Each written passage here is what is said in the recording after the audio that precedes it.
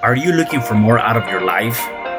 Do you need ideas on how to start new businesses and how to move forward in your own personal life? Well, guess what? You have come to the right radio show. At You Can Overcome Anything podcast show, you will learn and hear from many people from all walks of life who are sharing their challenges, their stories, the habits, and the mind shifts they had to overcome to become who they are today. On top, you will get a chance to connect and see how you can overcome anything by networking and learning about your next move through this radio show. I present to you our great speakers at You Can Overcome Anything podcast show with your host, Cesar Espino.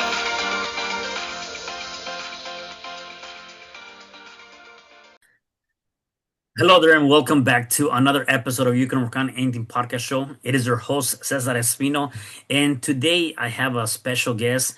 Her name is Julie Ryan. She's in her journey. She has proven that intuitive and healing abilities aren't just gifts, they're skills anyone can learn. A successful inventor and serial entrepreneur, Julie mastered the art of medical intuition, spirit communication, and energy healing more than 25 years ago, blending business acumen with extraordinary spiritual insight. In addition to her intuitive work, Julie's 35-year business career includes founding 9 companies across 5 industries and inventing globally distributed surgical devices. She also is the host of the hit podcast, As Julie Ryan, streaming over 100 countries, where she scans callers' life each week and shares insights that bridge the practical and the mystical. Above all, Julie is a wife, mother, grandmother, and a friend. Prove that it's possible to live fully grounded in both the spiritual and the real world. It is my pleasure to introduce you to Julie. How are you, Julie? Oh, I'm wonderful. Thank you so much for having me. What a delight to be with you today. Yeah, definitely. I'm super excited to have you here and learn more about your story and a little bit more about what you have going on. Tell me a little bit about your where are you originally from and how was your upbringing? I'm originally from Columbus, Ohio, and grew up in a family of 4. I'm the second born of 4 kids. My mom had 4 kids in 5 years. God bless her. Wow. Yeah. The story, Cesar, is so funny that my parents were married for 2 or 3 years before my brother was born, and I think my mother had a couple of miscarriages before she got pregnant with my older brother, and so they went to some shrine in northern Ohio and they lit a candle and Okay. prayed for babies, and then they had 4 kids in 5 years. And my dad said, "Yeah, we need to go blow out that candle." I bet. Exactly. Wow. All right. Good, good. So, one thing that I always find interesting, right? You get this idea of when you're going to elementary, middle school, high school, you always hear the question, right? What do you want to be when you grow up, right? What do you want to aspire to be? What was it for you? Businesswoman. Okay. Where did that come from? My dad was an executive with the phone company with Ohio Bell. Okay. And I remember having long conversations with him about the different jobs he was in what they called personnel back then. Now it's HR, human resources. Oh, yep. But back then, 50 years ago, Yeah. it was personnel. And it was fascinating to me and women really weren't in positions other than secretaries or Mhm. nurses or teachers. That was pretty much it for women. And then I was part of the generation. I graduated from college in 1981, and we were the next generation after the Gloria Steinems and the women's lib movement, Mhm. where they really helped foster an opportunity for women coming into the workplace and doing other things. And when I came out of school, Cesar, I was a quota that was hired by a big hospital supply company, multi-billion dollar company, and they had a corporate quota to hire a certain number of women, and I was Mm. part of that quota. I was the only woman in my whole region. Yeah. It was all men and me at Yeah. 22. Wow. Yeah, and I could only imagine, it must have been difficult back then because even now you still see a little bit of that. Maybe a bit challenging based on different beliefs that people might have. Yet we're trying to stay away from that. But I can only imagine how was it for you to really prove yourself, right? More than anything, and showcase yourself. Maybe in the middle of a job where the majority of them were men, right? Men figures. Oh, yeah, absolutely. In the hospital supply industry, it was all men. Well, as a matter of fact, you're going to laugh when I tell you this, but this is the honest to God's truth. I wore a skirt suit. I wore a suit with a skirt and high heels and traipsed around all those hospitals for all those years. And we didn't even think about wearing pants. This is in 1981. That's not that long Wow. ago. Yeah. Yeah, I remember I injured my foot. I tore ligaments in my foot. I slipped and on ice. My first job was in Sioux Falls, South Dakota, out of school, and they get serious snow up there. Wow. Holy Moses! I Yeah. grew up in Ohio where they get snow, but oh my gosh, South Dakota made Ohio look like the tropics. And I slipped on the ice, and I wore pants because I couldn't wear heels. I had to wear flat shoes. And I remember apologizing to some of my clients at the Mm. hospitals because I had pants on, but I was 22. I mean, what did I know? Right. And now I look back at that and I think, how ridiculous is that? Yeah. Yeah. Yeah. But Wow. we've come a long way. I was gonna say how things change, right? I mean, going Yeah. from skirt to high heels to like now pants and Yeah. regular shoes. That's interesting. Yeah. Um. Right. And so you got hired because obviously it was a quota. Is that the field you wanted to go into, the industry, or it just happened to be that that's what you got selected for? No, I wanted to be in that industry. I Okay. had worked for 2 summers between my sophomore and junior and senior year in college in a big level 1 trauma center hospital in the public relations department. And so I knew I wanted to be in the hospital industry, but I knew I wanted to do sales. And that helped me get hired because I was hired out of the Ohio State University, who is the national football champion in college football right Yeah. now, and they're Yeah. number one right now as we're recording this. So I can brag. And Yeah. uh, and there were 8,000 kids in my graduating class, and I was the only one to get an offer from that company. And I have a funny story about that. May I share it? Yes, please. I went into the recruiter's office, the head of college recruiting, and these big companies would come to campus because this was before we had the internet. So they'd Hmm. come interview the kids, the graduating seniors in person. And Ohio State's massive. I think there's 60 some thousand kids, and there were back then too on the Columbus campus. And so I went in to talk to this person at the business school who was head of it, and she said, "Well, what are you thinking?" And I said, "Well, I want to work for American Hospital Supply," was the name of the company. It's now called Cardinal Health, but I'm going to interview with other companies too. But that's my number one goal. And she said, "Well, none of these other big companies are going to look at you because you don't have the grades." Hmm. And I said, I mean, I had C's, I had A's in my major, but I had C's because I worked 3 jobs to put myself through school. Yeah. And I said, we'll see. And I walked out of her office and I got an offer from 5 of the top companies that were recruiting on campus. And I took the job with American Hospital Supply. And how that worked was I had offers from Procter and Gamble, IBM, Xerox, AT&T. And I called American Hospital Supply. They were 2 weeks late getting their follow-up letters back. Hmm. And I called the head of personnel, HR, there, and I said, I really want to work for you guys, but I just need to know where I am. I have offers from other companies. And I said, you're late getting your letters out. And I'm sure he was surprised that this young woman who was a senior in college did this. And he said, well, what do you want to do? I said, I want to work for you. And he said, well, what if you don't get the job with us? I said, then I'll go work for one of these other guys and I'll try again in a year. And he called me back 20 minutes later and he made me an offer over the phone.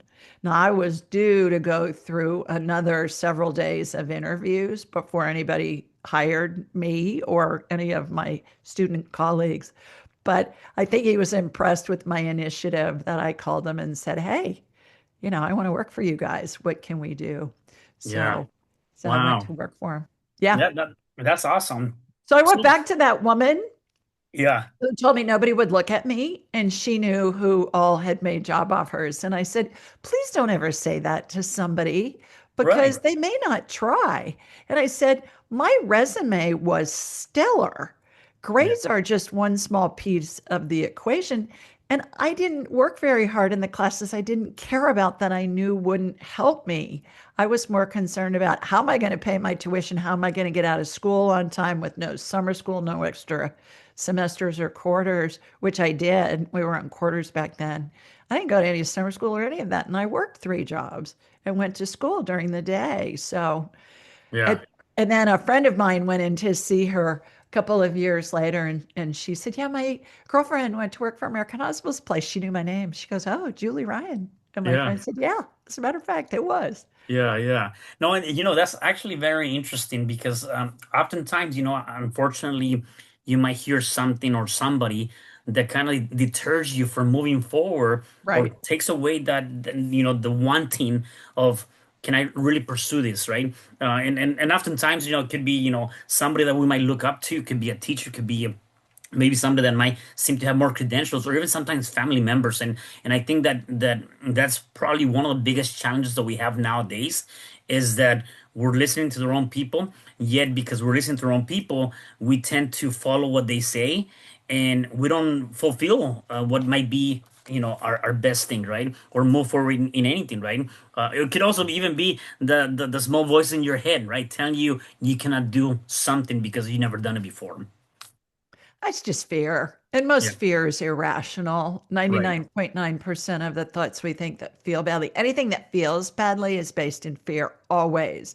And there's rational fear and irrational fear. Rational fear is something that's going to harm you or kill you, change the conditions before it does. Get out of the road before the truck runs you over because I can Yeah. hurt you. And Yeah. irrational fear is everything else. I'm running late for an appointment. Oh my gosh. I'm stuck on the freeway. I can't do that because I don't have the training, whatever. If you can read, you can figure it out, Right. whatever you need, especially in this day and age with all of the resources we have with technology. Yeah, 100%. Tell me a little bit about when did you kind of got involved with, now you're a psychic media, medical intuitive. You're doing all these different things. When did that come about for you to start I guess really fostering those gifts? Well, I had started my first company at 25 in Los Angeles, where you are. Mm-hmm. And I had invented my first surgical device by the age of 30, and it was sold globally. Wow. And so as you mentioned, I've founded nine companies in Yeah. five industries with a C average graduating from college, mind you. Yeah. Wow. That woman told me nobody would Right. look That at you me. couldn't I'm do it and like, you're yeah, doing it. yeah. Yes. Yeah. So when I sold my surgical device manufacturing company in 2015, I was thinking, okay, now what? And I had other companies still going, but they didn't require a lot of my time. Yeah. And I was led to go into what I call woo woo. I Yeah. tell people, Cesar, I'm a businesswoman and an inventor who learned how to do woo woo, and I'm a buffet of psychicness. Yeah. And woo woo woo in Taoism means source. Mm. And I love woo woo because it's funny and Yeah. it gets people's attention. It kind of disarms them. Some people are like, "Ooh, what is Yeah. that you're doing?" So I started studying this stuff more than 30 years ago. Okay. Not for any particular reason. I was just interested in it. And people said to me, why are you doing this? I took classes for 6 years. They said, why Mm. are you doing this? I said, I don't know. And they said, what are you going to do with it? I said, again, I have no clue. I just found it fascinating. And now I'm doing it full time. And it's been the most fun thing I've ever done. Yeah. What is the one thing that really intrigues you about it? What's the one thing that you're like, man, that's why I love doing this. I really like the medical stuff just because I've always been involved in the medical side of the equation in selling hospital supplies early, first, right out of college in my career, working in a hospital, as I mentioned when I was in college. And then I've always been interested in helping people heal. And Okay. when I learned about energy medicine, I thought, well, what is that? I heard the term a medical intuitive, and I'd never heard that term before.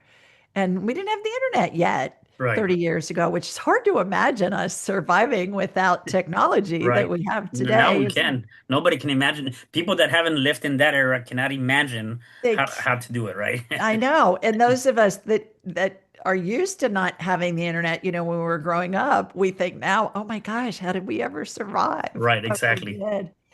And so I just did the old-fashioned thing. I went to a bookstore to learn more. Now I know I was being led by Okay. spirit to do Gotcha. that.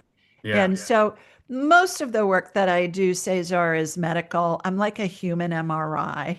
Gotcha. I, with somebody's permission, can connect into them and then inside their body see broken bones, torn ligaments, viral infections, bacterial infections, cancer, whatever, and then help facilitate an energetic healing for them. It's important to remember that the work that I do and my graduates do and my colleagues do is complementary to all other forms of healing. I say it's part of the healing Mm, equation. okay. Yeah, Eastern medicine, Western medicine, energy medicine, chiropractic, homeopathic, naturopathic, Mhm. whatever. And it's all part of the healing process. And it's also important to remember that nobody ever heals anybody else, ever. No doctor, no shaman, no energy worker like me. We all help the person heal themselves. And an analogy for that is think of if, God forbid, you got a big cut on your leg and you were bleeding like crazy, you'd go Mhm. to the emergency room and they would suture it, they would stitch it up. Well, the doctor who stitched your leg wouldn't make your skin grow back. You make your own skin grow back. And Mm. that's how healing works. All of us help the person heal themselves. Yeah, I love that. I love that. So tell me a little bit about the medical intuition, right? So somebody will come to you, and you're able to detect some sort of whatever illness or whatever is going on with their body, and Yeah. then through that you create some sort of support healing aspect, right? And give them diagnostics. Tell me, like, somebody comes to you, and how would that work? Well, I raised my vibrational level to the level of spirit. We're all spirits attached to a body having a human experience. Most of us have heard that at some point Yep. in our lives.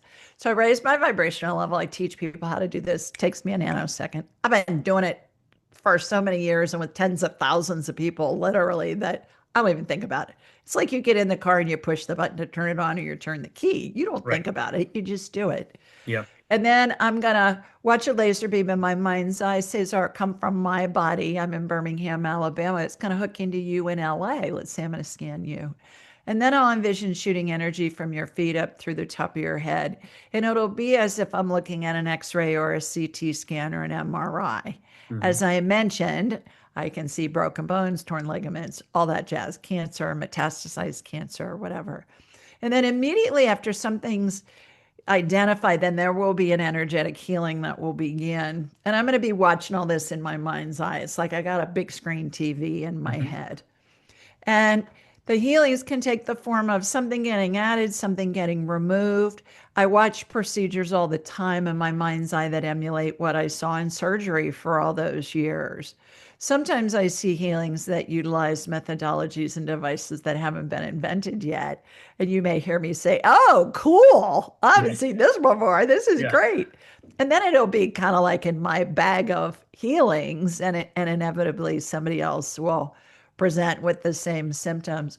So when I'm working with somebody on an hour consult, I have a bunch of graduates that work with me too, and they're all fabulous, Okay. um, graduates of my training. So I'll go in blind first. Cesar, I want to see where the energy is going to go because it's going to go to the most needed area first. Yeah.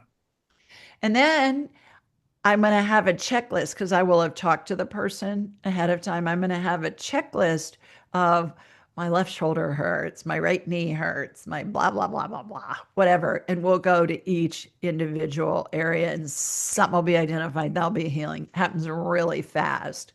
If somebody's calling into my live Ask Julie Ryan show, which is every Thursday night at 8 Eastern, Hmm. and I'm bebopping around the world connecting into people, and this one wants me to scan her left shoulder that hurts. The next one, say she's in Europe, the next one's in Omaha, Nebraska, and she wants to talk to her dead grandma.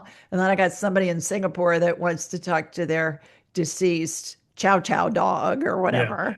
And then we got somebody else that wants to do a past life and somebody else that has another medical thing. We just connect into those people. And then that connects us into spirit, and you take it anywhere you want. Wow. And our heads are like big satellite dishes, Cesar, and they receive and transmit frequencies. Okay. Every spirit has a frequency they keep throughout all their lifetimes, and every thought has a frequency too. Yeah. Thoughts don't have a meaning until we give them one. Got it. You're Yeah. wearing a blue shirt. I love blue. Somebody else may hate blue. Yeah. Doesn't matter. I Right. mean, it's blue. Blue doesn't have a meaning until you add a meaning to it. Yeah. So we're all connected to spirit. We're all getting intuitive guidance. We all get gut feelings about something. For instance, have you ever had somebody come into your head and you think, oh, I wonder what's happening with Stanley? And Hmm. then all of a sudden, Stanley calls you or texts you or emails you or you run into him and you say, oh my gosh, Stanley, I was just thinking of you yesterday and here you are. Yeah. No coincidence. That's your intuition. Furthermore, we're all healers. We've all ever felt this ourselves or watched somebody else. If a child falls and skins their knee, what do? You put them on your lap, you kiss their boo-boo, you Hmm. you dry their tears, give them some hugs and send them on their way. Well, that's you being a healer. We all do it. We're just not aware that we're doing it. Yeah. I love that. And you can do this really, via Zoom. You don't have to be present to be able to. I'm Is never there, present. yeah, is there, would there be I don't know if that's really the word to use, nevertheless, a better response or a better outcome if you're physically in front of that person versus doing it through No. Zoom or the same No, outcome? no, Yeah. no difference at all. And I could find you even if you were in a galaxy far, far away. Okay, got it. Yeah. I love Yeah. that. I'm sure people ask you a lot about this and how can you tap into your intuition, right? I mean, everybody, Yeah. even when you're talking about like, do you feel your gut? Just go with your gut feeling, right? Or that Right. intuition. How can you tap into that to make decisions in life? Well, you ask a question, and I like to preface it with, is it in my best interest too? Mm, Or if you're asking for somebody else, is it in Cesar's best interest too? Dot, dot, dot. Finish this sentence. And then what's going to happen is you're going to get a thought in your head instantly, fast as you can snap your fingers. It's going to be within a second or less. Sometimes before your question's even done being thought. okay. That's the answer from spirit. When you think about it for more than a couple of seconds, that's going to be your brain talking to you. So the more you do it, the more validation you're going to get for the answers you receive. The more validation you get, the more you're going to trust it. And then it's just second nature. So, like anything, you can throw a football, but unless you throw that football a lot over a long period of time, you're not going to be the next Tom Brady. Yeah, Everybody can throw a football. People say, well, but he's just really talented. Well, if you ask him how many times he's thrown a football in his life, it's probably millions for of sure. Yeah, times. yeah. And so we lay new neural pathways in our brain. We all do. And that's how we learn a skill is we do it, we practice it. Similar to when you were learning to drive, you could read a book, you could watch a movie about it, maybe a video that they had at school. Certainly rode in people's cars when they were driving, but until you're behind the wheel with some regularity, you're not comfortable with it. And in the meantime, just go with the first thing that comes in your head. If it feels bad or abusive, that's not spirit talking to you because spirit's pure love. Mm, So spirit's never going to say anything abusive or derogatory ever, ever, ever, ever. If you hear that in your head, that's your brain talking to you. got it. Got it. Re-ask the question. Yeah, got you. Um, you talked about obviously everything is practice and so that's something that you're building those neural pathways. How can are there any practices, anything that the listeners can do to I guess practice more on their intuition and being able to utilize that more in their daily lives? Yeah, just play with it. What's an example? what color's my mom going to be wearing today? And you'll hear Okay. pink. And then you call her up, you go, hey mom, what color shirt are you wearing? Pink. Okay. So just practice connecting with spirit. Listen to my Ask Julie Ryan show is a great way to practice because my callers giving me they're asking a question and then see what you get when you're listening to the show and see what my answer is and compare notes. I have many people around the world who've learned how to be a medical intuitive and psychic medium just by listening to my show. Oh, wow. Not to mention, it helps somebody stay in a high vibration because my vibrations really jacked up because I'm bebopping around the world talking to Right. somebody in on different continents and at different times. I love it on Thursday nights. Again, we do it at 8 Eastern, and I love it when people call in from Australia and it's already Friday there. You're right. Oh Exactly. my gosh, this is like a sci-fi movie. We're talking to Yeah. each other and You're like, I'm talking to the future or something. exactly. Yeah, got Exactly. it. So if we're all spirits, we're all connected, like you said, our heads are kind of a satellite. Um, I'm sure you heard this before. Is what happens after we die? What happens to all of that, right? I mean, we're here as a spirit, kind of taking this body, this element now. What happens after we die? Because that's something that I think many people wonder, like, what's after death? Well, I talk about this in my book, Ah, Angelic Attendants, what yeah. really happens as we transition. What happens, Cesar, is we're surrounded by angels and the spirits of deceased loved ones and pets who greet us and lead us into paradise. And everybody goes to heaven. There was a movie in the 1980s called All Dogs Go to Heaven. Well, Okay. I'm here to tell you all people go to heaven Yeah. too. Yeah. All spirits are pure love, and the personality of somebody who's a criminal or really awful, an awful person that we can picture in our minds or perhaps that we know. It's like they're playing a role in a movie. And that snarky personality profile stays with the body when somebody dies. Mm. So everybody goes to heaven. My priest at my parish, he said from the pulpit during his sermon one time, he said, wouldn't it be nice if people could let us know if we're going to fry or we're going to fly when we die? And Yeah. I said, that's such a great line. I'm gonna poach that. And he said, by all means. Yeah. Yeah. Yeah. And I think people are really afraid of that because we've in our cultures, our Western Judeo-Christian cultures, we've been told, well, you better do what I say, or you're gonna fry for eternity. That Right. just doesn't happen. I've talked to tens of thousands of spirits, and every one of them, Cesar says, everybody goes to heaven. Yeah. Everybody goes into paradise. Yeah, Nice. And that was gonna be my next question is that, obviously being in this side, definitely there's always that idea is like, heaven or hell, right? And right. depending on how what you do in your lifetime will determine where you're gonna end up, right? And so again, people always said, hey, how can I go to heaven where I don't want to go to hell, right? And then how do we get into that? So I wanted to kind of get your perspective on that because I think Yeah, that's a huge, valuable point, right? A lot of people have that question. yeah. Everybody goes to heaven. Yeah, yeah, for sure. Yeah, So, yeah. so no, that's huge. And so you mentioned something about some of your graduates. So do you have a certification where people work with you and they certified and they can become themselves medical intuitives, or what do you have there? No, I don't have any certification. They go Okay. through my class. Actually, this weekend, Yeah. it's in Atlanta. I do one a year in person, and we got people coming in from all over America and North America and abroad, flying into Atlanta. Atlanta's the busiest airport in the world, so you It can is. get to Atlanta from anywhere. Yeah. And we spend the weekend, and by the end of the weekend, everybody can do all the stuff that I can do. It's very simple. Okay. People overcomplicate the daylights out of it, and I don't understand why. And they also silo things in the spiritual sector where you got the mediums and the psychics and the pet psychics and the healers and the near-death experience. It's all the same thing. You connect with Yeah. spirit, it's all the same thing.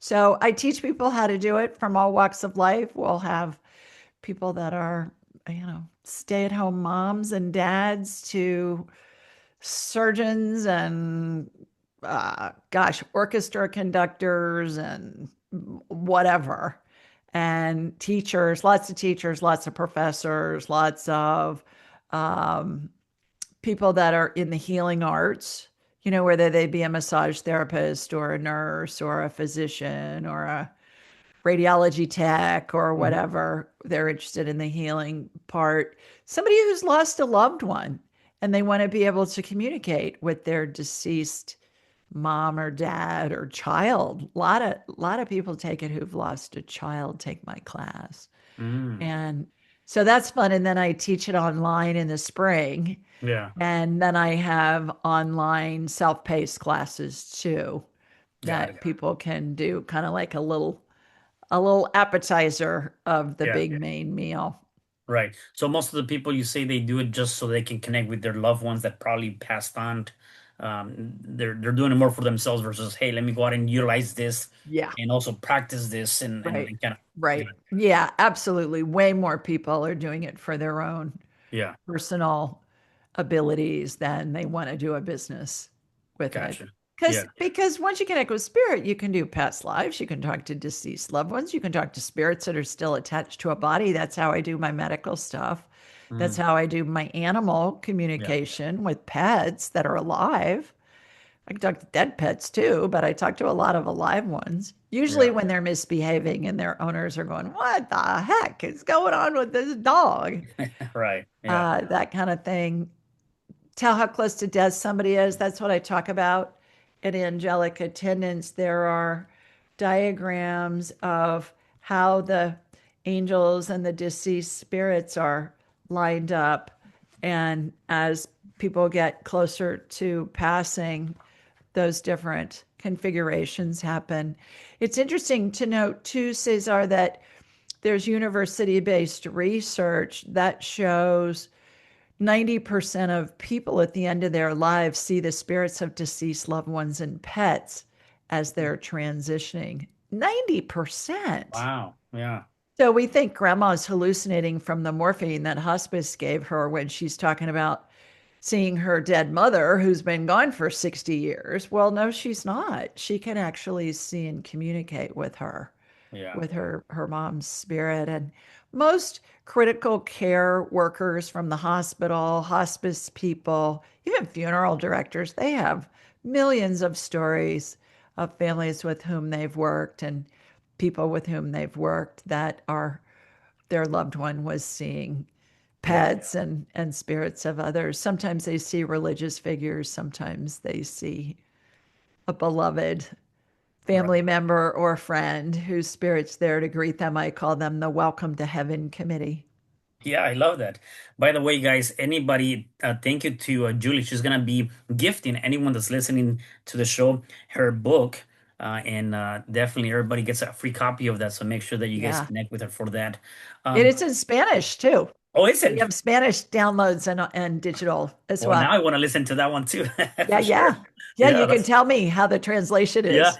exactly. Okay, nice, nice, awesome. I love that. Julie, I'm sure I don't know if anybody has asked you this, but I'm curious to know, right? Um, so when somebody passes, right? So let's just say somebody passed at the age of 60 or the age of 5, whatever that age might be. Do they is when you communicate with those spirits, is that at the age that they stayed at, they don't get older? I mean, is that the same age that they left their body here is the age that they'll be in the afterlife, I guess? That is such a great question. It's my experience in talking with tens of thousands of Hmm. spirits over these decades is that spirit doesn't really have an age. Okay. People say, "Oh, he's an old spirit." They don't really have an age. And so back to it's like they're playing a role in a movie. Okay. They're coming in and playing a 5-year-old in a movie, and then they pass when they're 5 or they pass when they're 95. It's like a role that we're playing in a movie or a theater play. And everybody's spirit has a frequency they keep throughout all their lifetimes. We all live many, many, many lifetimes. And there are some schools of thought that we live multiple lifetimes concurrently. Hmm. Now that makes my head want to explode. I don't understand that. Yeah. So where I go on that, Cesar, is I say, well, is it feasible? Yeah. Will I understand it when I get back to heaven? Yeah, I believe I Right. will. So that satisfies me. Yeah. So the other thing to remember is spirit's always going to show up in a way that we're going to be able to recognize them or be able to figure out who they are. For example, when I see angels surrounding somebody who's dying, I went through 12 years of Catholic schools. Angels look to me like I was taught they look: big wings, white gown, rope belt, bare feet. Somebody who grew up in an indigenous culture in the middle of the Amazon may see angel energy as just a ball of purple fuzz, purple Mm. fog. So spirit's always going to show up to us in a way that we can figure out who they are and what they are. Yeah. And your child who dies when they're 5 is going to show up to us as that 5-year-old child, How they relate to although us. Yeah. although it doesn't have an age. And they're going to give us information that's going to let us know that it's really them. I've got thousands of stories about. I Yeah. heard one last week that tickled me, and it was a client. We were talking with her deceased brother's spirit. He'd been gone for a couple of years, and she said, well, does he have anything to say to me? And first thing that he said was, he's a knucklehead. And I said to her, I don't edit anything that I get from spirit because I'm just, Yeah. spirit working through me and with me. Who am I to edit something, even medical conditions? And I said, he wants you to know that he's a knucklehead. Does that mean anything to you? And she said, yes, because I told him that every day of his life when we were Wow. kids growing up. I Yeah. would say, he's a knucklehead. I would tell people that. I'd tell my parents that. I'd tell my other siblings that. And I think that that brings up a good point too, is all spirits are pure love and joy. And oftentimes when we're communicating with them, we expect them to only give us life changing, esoteric, amazing messages. And it's usually something that's pretty fun and Yeah. intended to make us laugh because, again, spirit is pure love and joy. So they'll say something to their family members like, he's a knucklehead. And my Yeah. client, this was the first time she'd ever talked to a spirit. She was really nervous. That just loosened her up right away. Yeah. And Yeah. then we can talk about whatever. One of my other favorite ones too, Cesar, if we have time for me to Yeah. share it. I was talking with this woman and her deceased mom's spirit who'd been gone maybe 3 months. And again, she's expecting some earth-shattering, life-changing something from her mom. And the first thing her mom's spirit said was, you need to throw out your peanut butter. My client said, what? And she said, you need to throw out your peanut butter. It's no good.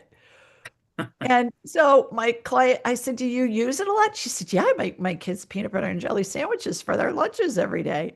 So I said, just go Wow. look at your peanut butter. It had expired like 6 months prior, Cesar. Wow. So the mom spirit from heaven's going, girl, you Yeah. got expired peanut butter. Who knows what's growing in there? Yeah. You need to throw Wow. it out. So great example of Yeah. something that's totally out of left field and useful, not in a way she expected. I always tell people, I can't control what your loved ones said when they were alive. I certainly can't control Control what what they they say now. say from Yeah. heaven. I'm just the interpreter. I'm just giving you the Yeah. information. Have you ever had anybody that actually, heard of you, heard of your work, and they're like, I definitely won't try this, but I'm still disbelief. I don't think Yeah, I don't know if I believe this. I don't know if I buy into this. And what is yeah, that transformation? Because obviously this is fascinating to me. Like I yeah, think it's great, right? But what is that reaction of people? Because I'm sure there's a lot of people that don't have that belief. They don't believe in any of this stuff, right? And might say, yeah. well, now that I experienced that, wow, this is different, right? Any Mhm. experience or any stories you can share with that? Oh, sure. Not very often. People don't come to me unless they, at Yeah, least buy that this is a possibility. But a right. couple of examples I can share, Cesar. One is I've had somebody say to me in the past, well, you need to convince me that this is real. I said, well, really, I don't. You Yeah. know, if you want to talk about it, fine. If you want to talk about football or the weather or whatever, I'm happy to literature. I'm happy to talk to you about whatever you want to discuss. And then they'll usually come back, and go, no, no, no, no. I want to know. I want to know about Yeah. this. So that's number one. My other favorite is I live in the deep South. You know, I live in the buckle of the Bible Belt. Yeah. And I've had people say, well, I think you're talking to the devil Mm. because, you know, you talk to spirits, that's all evil. I said, no, it's not. That's Yeah. all nonsense. And I'll say, all right, do you pray? This is the person telling me if I talk to spirits, it's Yeah. evil. I said, do you pray? And they said, of course I pray. I'll say, great. To whom are you speaking when you're praying? God, Jesus, the Virgin Mary, Buddha, who are you, you know, who's the person Mm. that you're talking to? And so let's just say Jesus. I'm talking to Jesus. I say, great. So when you're talking to Jesus in a prayer, do your prayers ever get answered? And they'll say, yeah, all the time. And I'll say, oh, how wonderful. So tell me, when you're talking to Jesus, are you sitting on the couch and Jesus is sitting right next to you and you can hold his hand while you talk to him? Mm. And they'll say, no, no, of course not. And I'll say, oh, you're talking with Jesus's spirit. So you're doing spirit communication with Jesus. And Mm-hmm. you can see the light bulbs going off in Mm-hmm. their heads. They are. Yeah. They're kind of Yeah. like, and then they normally will say, well, I never thought about it that way. Right. And I'll say, but we all do it. We're Yeah. all getting guidance from spirit all day long, every day. It's just, are we tuned to that high vibration channel? Which begs the comment, when somebody's in deep grief because they've lost a loved one. Grief is a low vibration. Anything that feels bad is low vibration. Mm-hmm. Joy, Mm-hmm. love, laughter, that's all high vibe. And so I'll suggest to them, they'll say, well, I don't get any messages from my loved one. They don't give me any signs, la, la, la, la, la. And Mm-hmm. there, you can tell they're in grief. So I'll say, well, just try this. Before you go to bed at night, just ask your mom, who, let's say, just recently died, ask your mom if she'll come meet you in your dreams and say, hey, mom, let's go to Tahiti in my dreams. And we can sit on the beach and drink Mai Tais, those little umbrella drinks, and we'll have a great time. Yeah. The reason why that works, and oftentimes it's useful, is because when we go to sleep at night, our brains reset back to the factory preset level of spirit, which is pure joy and love. Mm. And so we're on the spirit channel. Spirit, we can receive the communication from spirit on that channel. Let's say you're you got the radio on in your car and you're listening to 102.5, and that's the disco channel. I Mm-hmm. grew up during the disco era. You can't listen to disco music and be in a bad mood. It's just not Right. possible. Right. Well, that's the spirit channel. Let's use that as an example. You're listening to the 107.5, 102.5, the disco channel. They're playing disco music. It's like you're in the spirit channel when you're in a high vibration, versus you're on 97.4 and you're on the whiny country music station where they're complaining about mama, the truck, and the dog. And it's just a downer listening to those songs. I call those the I feel crappy channels. Yeah. And Yep. it's a low vibration. Anything Yep. that feels bad's a low vibration. So there, your loved one isn't communicating on I feel crappy channels because the vibration's too low. So you change it. And our normal vibrational level is joy. Look at any baby. Mm-hmm. Yeah. They're Right. happy unless they're hungry, they need their diaper changed, they're in pain, or they're tired.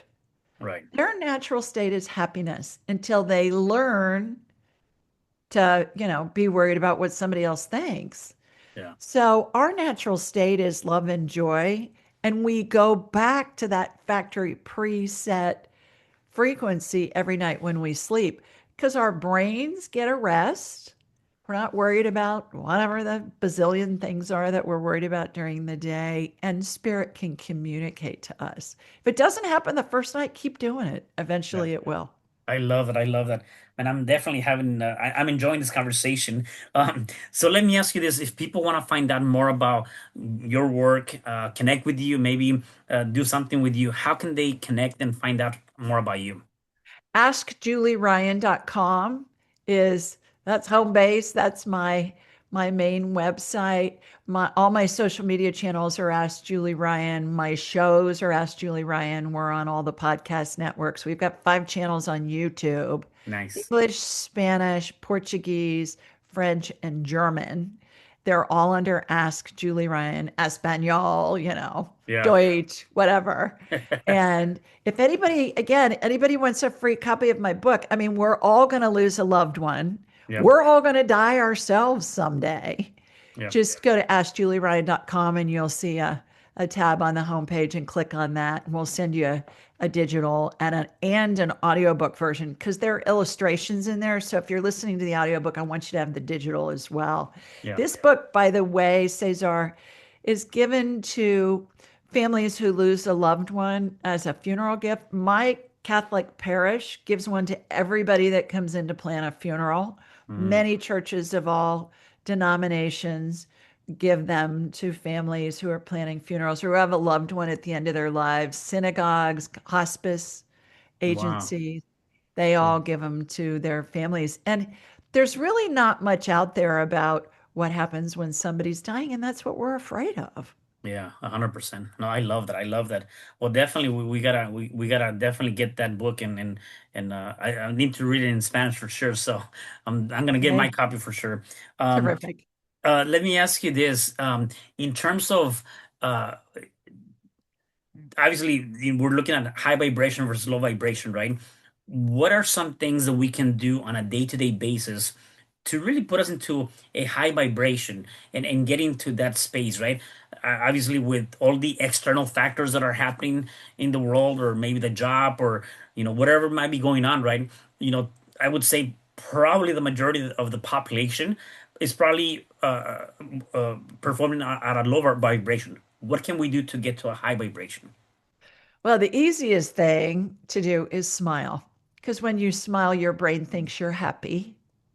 And there's research that shows that your cortisol levels go down, your norepinephrine levels, all your stress hormones, and your brain thinks you're happy. So that's the Mm, easiest and the quickest thing to do. Even if you don't feel like smiling, just smile yeah. and you're going to feel better instantly. The other thing is, I find that music is so helpful.